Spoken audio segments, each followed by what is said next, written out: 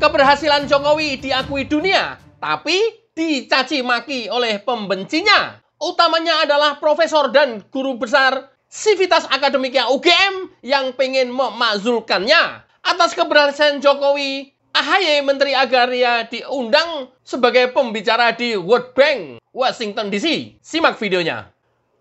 Keberhasilan pemerintah Indonesia memetakan dan mendaftarkan kurang lebih 112 juta bidang tanah telah menarik perhatian dunia. Tepatnya 50% keberhasilan ini terjadi dalam masa 9 tahun pemerintahan Presiden Joko Widodo. Sehubungan dengan itu, Bank Dunia mengundang Menteri ATR BPN Agus Harimurti Yudhoyono untuk berbagi kisah sukses Indonesia kepada negara-negara lain dalam World Bank Land Conference di Washington DC, Amerika Serikat. Dalam suratnya kepada Menteri Agus Harimurti Yudhoyono, Bank Dunia memahami administrasi pertanahan memainkan peran penting dalam mempercepat pertumbuhan ekonomi inklusif dan pembangunan berkelanjutan. Hal ini juga menjadi barang publik yang mendasar dan penting untuk menghapus kemiskinan serta mempromosikan kesejahteraan bersama di seluruh dunia, di mana langkah tersebut dilakukan sambil tetap memastikan keberlanjutan bumi yang kita bumi ini. Atas seizin Presiden Joko Widodo, Menteri AHY menyanggupi untuk memenuhi undangan Bank Dunia tersebut. First, I'd like to welcome to the stage His Excellency Mr. Agus Yudhoyono from Indonesia. Please come and join us. I will do more to introduce them as we get our panel started. Welcome. Most cases, land ownership is hereditary. So, for decades, this de facto form of ownership is considered adequate for many societies. Of course, this kind of mindset has led to many problems and conflicts, especially when landowners dies or there's a ownership changes hands, because land can be claimed and repossessed by other parties at any time. So to provide legal certainty, since 2017, President Joko Widodo has implemented Indonesia's systematic land registration program, which is directed towards promotion of justice and prosperity for all. The results are quite exceptional, because in 2017, only 46 million land parcels had been registered. But today, currently, we have registered more than 112 million land parcels out of 126 million in total target. Meaning, over the last 7 years, there has been an increase of almost 250%. So, this is a very optimistic scenario, and hopefully by the end of 2025, we can achieve our target. Well, the statistics are nice, but again, this is about promotion of justice and prosperity for all Indonesian landowners. So I strongly believe that this systematic land registration program will bring about a better future for everyone in Indonesia. Thank you. AHY juga menggunakan waktunya untuk bertemu dengan mahasiswa-mahasiswi Indonesia serta para pejabat senior Indonesia yang bertugas di Amerika Serikat maupun yang bertugas di Perserikatan Bangsa-Bangsa. Kita dengar Indonesia 2045 kan, waktunya cepat. 21 tahun, Sarah berapa bulan? 25 tambah 21 berapa? Seusia saya tahun ini, Agustus nanti saya 46 tahun. Artinya, di saat itu, generasi adik-adik ini yang akan mengawaki kita semuanya, di semua bidang. Ini nggak main-main, pertaruhannya di generasi kalian.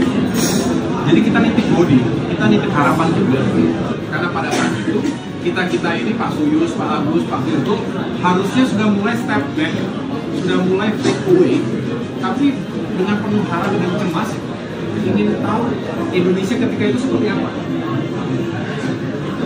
lebih baik atau lebih buruk, atau begitu-begitu aja. Kita selalu ingin Indonesia itu dikenal baik karena prestasinya, karena karakternya, karena keunikannya. Jauh-jauh dan meluangkan waktu, saya senang sekali. Tetapi mudah-mudahan ini juga menjadi diskusi yang baik dan menarik, karena memang banyak urusan yang harus kita carikan solusinya bersama-sama. Saya sekali lagi hanya ingin melihat generasi adik-adik ini semakin sukses, semakin maju dan lebih baik daripada kita semuanya. Amin. Karena tantangan ke depan sudah pasti lebih banyak, bukan lebih sedikit, bukan lebih ringan, pasti lebih kompleks. Oleh karena itu, dengan prestasi dan pengalaman yang kalian miliki, jadikan ini sebagai capital yang luar biasa. Pada saatnya bawa itu untuk kemajuan Indonesia kita cintai bersama-sama. Ya, AHY keren. Sekeren wajahnya. Iya. Nggak kayak gua. Hai. Ini sudah pada circle yang benar. Sebelumnya salah. Ya, kita akan menjadi harum ketika dekat-dekat dengan penjual parfum, dan kita akan menjadi amis atau anyir ketika dekat-dekat dengan penjual pedagang ikan. Itu peribahasanya. Bayangkan seandainya AHY tetap di lingkungan Ono. Ya. Kan semuanya yang terkesan pada saat kejadian itu menyakitkan gitu ya. Oh, seperti benar-benar mau jadi wakil nggak jadi, padahal sudah promosi, sudah masang baliho di mana-mana, kemudian diturunkan, kan sakit banget itu. Ada hikmah yang luar biasa di balik peristiwa itu. Malah semakin melejit sekarang. Udah dalam posisi yang mendapat lingkungan yang benar. Dulu lingkungannya salah, Mas AHY. Lingkungannya dulu salah. Mas AHY diselamatkan ini. Ya, mendapat berkah yang luar biasa dari Allah. Coba kalau di lingkungan sana, aduh, nggak tahu udah mau jadi apa. Yang ada kan jadi menghujat terus, menghina terus, mencaci maki terus, memfitnah terus-terusan. Sekarang, wow. Ya ini, masa depan Mas AHY udah kelihatan gemilang ke depannya kalau sudah seperti ini. Luar biasa. Udah, selalu dekat-dekat dengan penjual parfum dah. Itulah Jokowi, guru besar, Civitas Akademika, UGM, profesor yang dulu akan memakzulkan Jokowi. Ini Jokowi. Ini cara Jokowi mengajak orang-orang, anak-anak muda, pinter, cerdas untuk bersama-sama membangun negara. Untuk bersama-sama berkontribusi terhadap negara ini. Ya, kalau kalian yang profesor yang kemarin itu kan udah kelihatan tua-tua banget tuh. Tua-tua aja masih, moncongnya masih ngejeplak terus tuh. Coba bayangin aja, memberikan contoh kepada anak-anak kalian, contoh-contoh apa kalau seperti itu. Loh, kalian harus menjadi contoh dari anak-anak kalian sendiri loh. Di samping juga generasi muda seluruh Indonesia. Soalnya apa? Profesor, guru besar pula. Tidakkah kalian mikir otak kalian yang seorang profesor itu? I don't know. Ada apa di balik itu semuanya? Sehingga kalian tuh tega-teganya pengen memazurkan Jokowi. Apa yang kalian serap? Informasi negatif apa? Mas AHY pada circle yang sudah pas dan tepat. Karena Pak Jokowi itu tidak pernah kecil hati ketika dicaci maki, juga tidak pernah melambung ketika disanjung. Itu Jokowi. Ya. Jadi, balik lagi ke para profesor Civitas Akademika. Kenapa itu aku selalu sebut-sebut? Ya, karena justru kampus itu adalah tempat masyarakat dan seluruh rakyat ini berharap sebagai garda terdepan untuk pembangunan bangsa ini. Kalau ada apa-apa, kontrolnya itu masyarakat berharap besar lewat kampus. Karena dianggap masyarakat ilmiah. Tapi kalau sudah semacam ini, semacam hari ini, kemarin, berharap apa lagi kita dari sebuah pergerakan kampus?